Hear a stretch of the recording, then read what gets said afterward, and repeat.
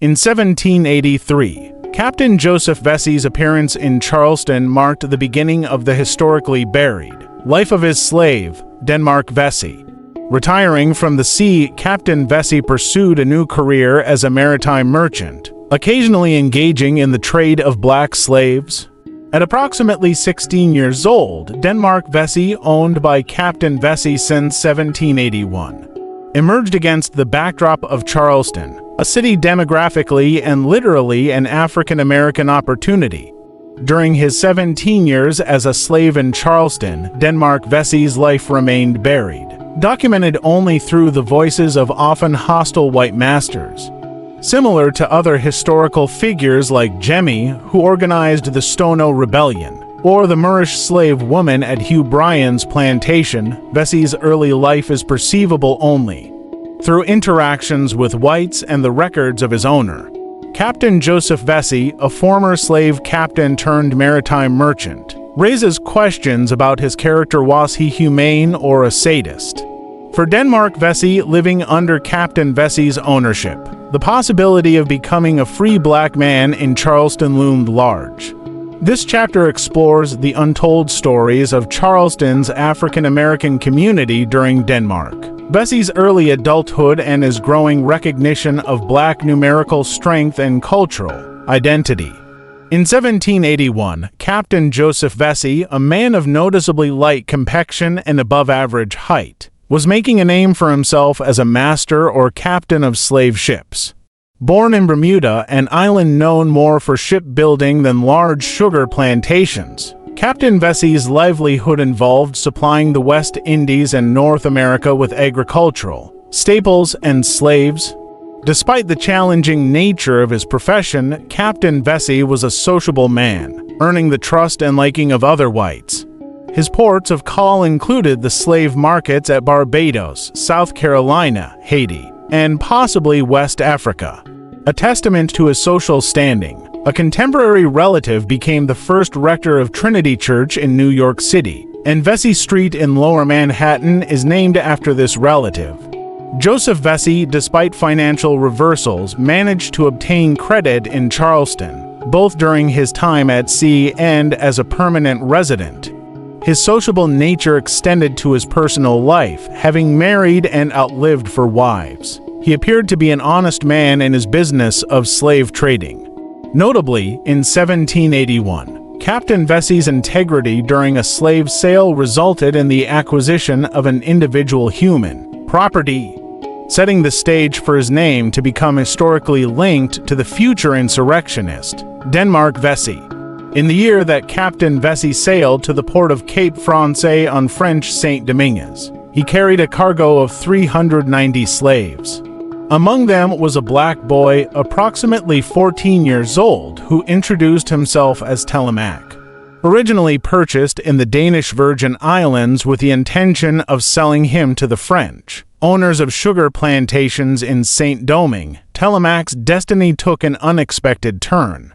During the voyage, Captain Vesey and his officers observed the exceptional beauty and intelligence of Telemaque. In a surprising act, the captain approved bringing the boy above decks, allowing him into the officer's cabin and providing him with finer clothes. The motivations behind this act were not recorded at the trial, leaving room for speculation. Cruel men often display unexpected sentimentality, and the preferential treatment Telemaque received might be a glimpse into 18th century notions of compassion, regardless of the motivations. It seems that during the short passage from the Danish islands to Saint-Domingue, Captain Vesey and his crew treated Telemaque as something akin to an indulged pet. This unforeseen turn of events marked the beginning of Telemaque's journey. Testimony at the trial in Charleston in 1822 revealed a pivotal moment in Telemaque's life. When the ship docked at Cape Francais, Captain Vesey, having no use for the boy, decided to sell him among his other slaves. Telemaque found himself sent away to chop sugar cane, enduring 12 hours of grueling labor under a tropical sun, seemingly destined for a life of hardship. Telemaque had proven unsuitable for the demanding work in the sugar fields and was plagued by epileptic fits. Despite never displaying any symptoms of epilepsy again in his life, Telemaque was burdened with this diagnosis. Captain Vesey, accepting the judgment without protest, refunded the plantation owner and took repossession of Telemaque. In a surprising turn of events, Captain Vesey renamed the boy Denmark Vesey, appointed him as his personal assistant aboard the slave ship for 2 years, and regarded him as a valuable slave in Charleston for 17 more years. From the scant legal summaries and preserved ship manifests of 2 centuries ago, Denmark Vesey begins to emerge as a distinct individual, breaking free from the anonymity of slavery and the toil of sugar fields. The incident at Cape Francais serves as a window into Denmark Vesey's life on his own terms, rather than through the lens of his masters, as the judges noted during his 1822 trial. Denmark Vesey's story is one of resilience and defiance against the oppressive forces that sought to define him. Vesey was more than just a slave. He was a figure who commanded respect and among his color. Even as an adolescent, he managed to evoke a similar response from whites. This suggests that Denmark Vesey possessed a charisma that transcended the confines of his status. Furthermore, one can infer a nuanced relationship between Joseph Vesey and his returned slave. Despite likely realizing the deception behind Denmark Vesey's supposed epilepsy in the sugar fields, there is no evidence that Captain Vesey attempted to resell him with a cautionary history or punished him for the inconvenience caused. Crucially, Denmark Vesey found himself installed above decks on the slave ship, a position of authority and protection for a black person. His known linguistic abilities, coupled with this position, offer a glimpse into his travels in 1781–82 before his master settled in Charleston, according to a fellow black who later testified in a Charleston court. Denmark Vesey had a life marked by 7 marriages and extensive travel across the world with Captain Vesey, fluent in French. His language skills and position suggest that, during his 2 years aboard the slave ship, Denmark Vesey likely made his inaugural voyage to Africa. Intriguingly, the circumstances of his life aboard the ship unveil a complex narrative, hinting at a man who transcended the typical constraints of a slave's existence. Denmark Vesey's journey takes on new dimensions as we explore the intersections of authority, language, and the vast geographical landscape he traversed in the company of Captain Vesey. As the economic landscape evolved, so did the money-making opportunities in the trade of black human beings. Captain Vesey, attuned to market changes, would have observed this shift directly to Africa's west coast. Upon reacquiring Denmark Vesey, his early reports of call suggested a livelihood built on transporting slaves between sugar islands.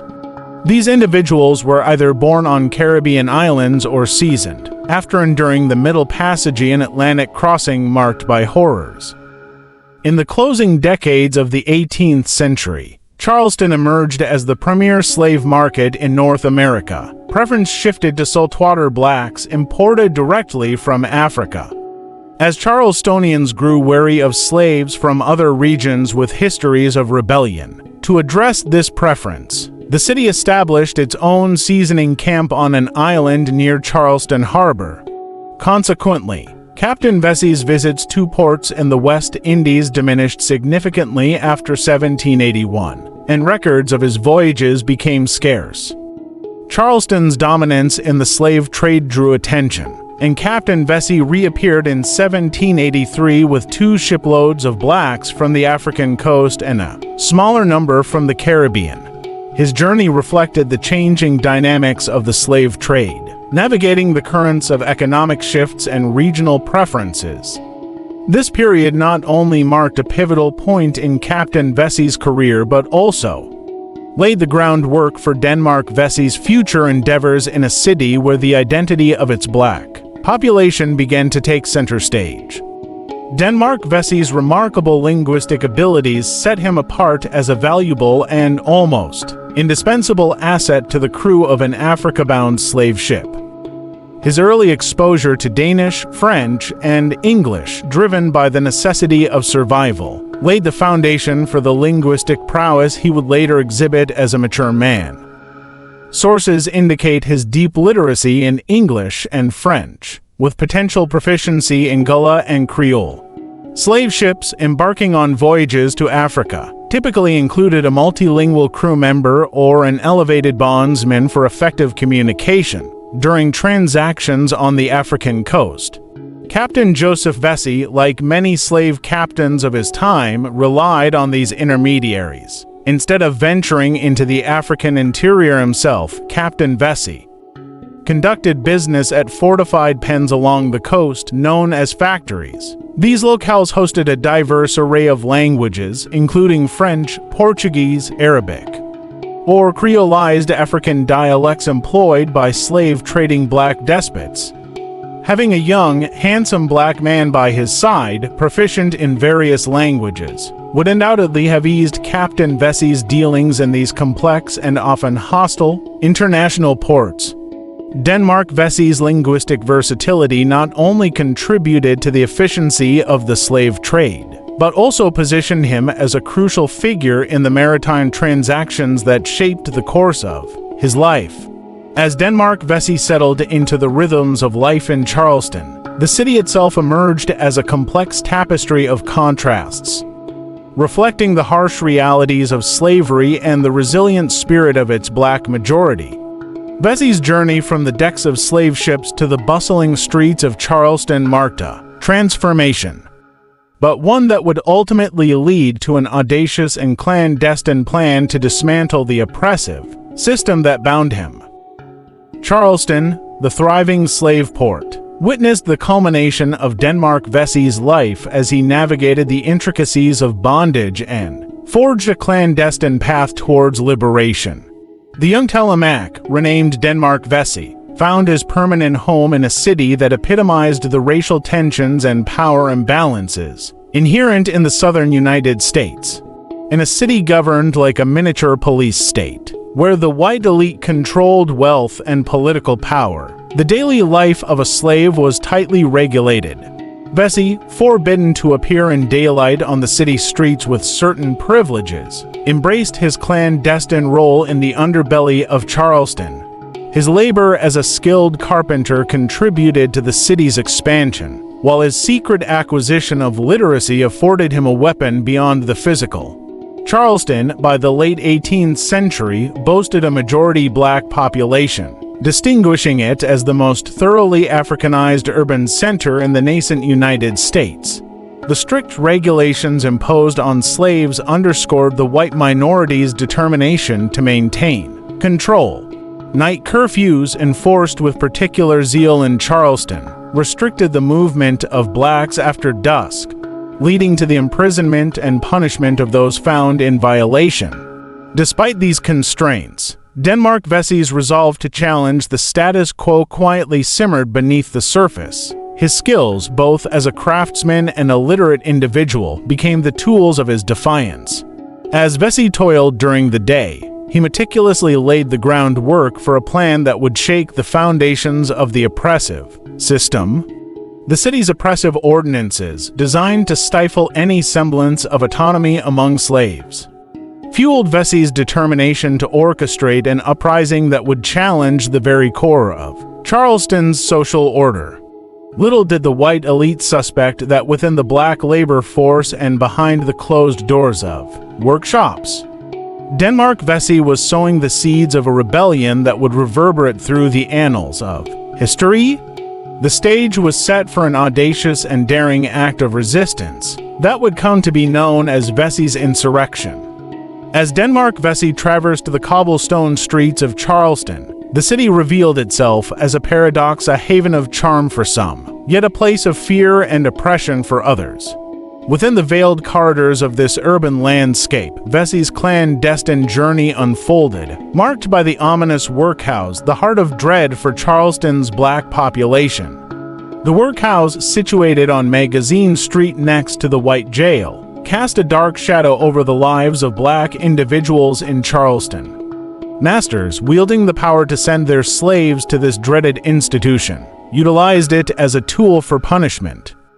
A mere ticket could consign a black person to face the whip, turning a sugar warehouse from colonial times into a place of terror. The threat of being sent for a little sugar became a euphemism for a beating, a harsh reality of daily life for Charleston's enslaved population. Behind the facade of charm that Charleston presented to the outside world, a city adorned with beauty and grace, lurked an undercurrent of fear. Racial ordinances designed to maintain control hinted at an underlying angsty specter of a ferocious black revolt. Recent slave rebellions in Jamaica and St. Domingue had intensified this fear among white Charlestonians, heightening their vigilance against any sign of dissent. However, what was perceived as constant fear by the white population became an opportunity for Denmark Vesey. Charleston, as a potential epicenter for a slave revolt, not only housed the largest black population in the United States, but also concentrated diverse ethnic groups enslaved directly from Africa. White Charlestonians, discerning in their preferences, frequently sought slaves from specific national or linguistic backgrounds. Angola, Ibo, or Gambian slaves were considered ideal for the South Carolina climate, allowing for the preservation of African identity even in the shackles of slavery. The covert Africanization of Charleston became evident in the daily lives of its black population. The city's food distribution, controlled de facto by slaves, showcased their autonomy as they navigated the city's market independently. The market, once a place of commerce, became a source of discomfort for whites as it transformed into a vibrant hub where African languages echoed, leaving an indelible mark on the psyche of white Charlestonians. Denmark Vesey, present in the bustling crowds, bore witness to this clandestine world within the market. His keen observation would later influence his strategic choices when organizing the rebellion. In 1793, Captain Joseph Vesey, owner of Denmark, oversaw the construction of a market building, unknowingly setting the stage for Vesey's future rebellion. Among the diverse African nationalities in Charleston, the Arabic language and Islamic faith thrived.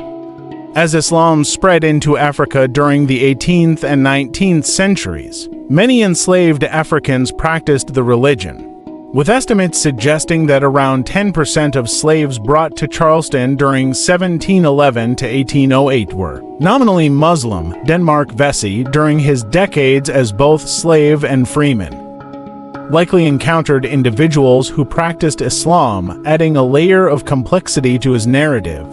While Vesey's specific relationship with Islam remains ambiguous, the evidence hints at intriguing connections. Islamic teachings aligned with Vesey's disdain for intoxicating beverages and his acceptance of polygamy, as revealed in trial testimonies. The date chosen for the planned revolt, July 14, 1822, held religious significance, aligning with Islamic numerology and marking a symbolic moment in the Islamic lunar calendar. As Denmark Vesey moved through the shadows of Charleston, his silent rebellion took shape, fueled by the rich tapestry of African identities, languages, and religions that thrived within the city's confines. The stage was set for a clandestine uprising that would shake the very foundations of Charleston's oppressive regime. In the shadows of Charleston's cobblestone streets, Denmark Vesey's revolutionary spirit matured, intricately woven with the complex tapestry of African identities, languages, and religions thriving within the city's confines. As Vesey navigated the clandestine pathways of rebellion, he stood at the crossroads of historical chance and inevitability, his destiny interwoven with the forces that would shape a major slave revolt in South Carolina. Vesey's aspiration to liberate his people and return them to Africa echoed the concept of hijra, from the Quran, symbolizing migration, withdrawal, or exodus. While the question of Vesey's personal religious beliefs, whether Islam or Christianity, unanswered, the possibility that he encountered the extraordinary Muslim slave Omar ibn said during his formative revolutionary years adds a layer of intrigue to his narrative. Omar ibn Said, an eloquent Muslim enslaved outside Charleston, managed to retain his copy of the Quran, pray according to Islamic practices, and escape to write his autobiography. His fervent proselytizing within his memoir hinted at encounters with Denmark Vesey, raising the possibility that their paths crossed during the 1822 rebellion. The Johnson plantation, where Ibn Said was held captive, was close to Dorchester, where Captain Joseph Vesey, Denmark's master, had leased a lot for construction. The historical records, intentionally buried or lost, leave unanswered whether Vesey and Ibn Said met secretly before the latter's escape in 1810. However, the Parker's Ferry area, a site of violent clashes during Vesey's revolt, suggests a connection. The convergence of their stories creates a captivating narrative, with Denmark Vesey embodying the culmination of 2 centuries of historical forces. By the early 19th century, Vesey emerged as a formidable figure, a black man of physical presence, strength, and intellect. His strategic acumen allowed him to comprehend the demographic significance of a black majority in South Carolina. Linguistically fluent and politically adept, Vesey united diverse African ethnic and religious groups into a cohesive force. From Islam, he drew the moral certitude of military victory, while an Africanized Christianity provided the foundation for his role as a black messianic deliverer. In a stroke of strategic genius, Vesey embraced the Obeah religion to appeal to potential recruits who neither followed Christianity nor Islam. This animistic spiritual belief promised success in a black uprising against white masters. Vesey's journey from survival in the brutalities of slavery to orchestrating a rebellion demonstrated his maturity and patience in choosing the right moment to strike for a chance at victory. As Denmark Vesey transitioned from adolescence to mature manhood, he occasionally possessed a meager sum of money, earned through the tolerated practice of slaves hiring out their labor. In 1799, he bet on the East Bay Street Lottery, choosing the number 1884. Whether this number held arbitrary significance or adhered to Muslim numerology remains unknown. The winning ticket, however, marked a turning point for Vesey. By early 1800, armed with $1,500 from the lottery, Denmark Vesey embarked on a new chapter, buying his freedom from the shackles of slavery in the city he referred to as Charleston in the Christian language. The stage was set for the next phase of his journey, a journey that would lead him to the precipice of rebellion and reshape the course of history in Charleston. Stay tuned for Chapter 3, delving into Vesey's prophecy within the African Church.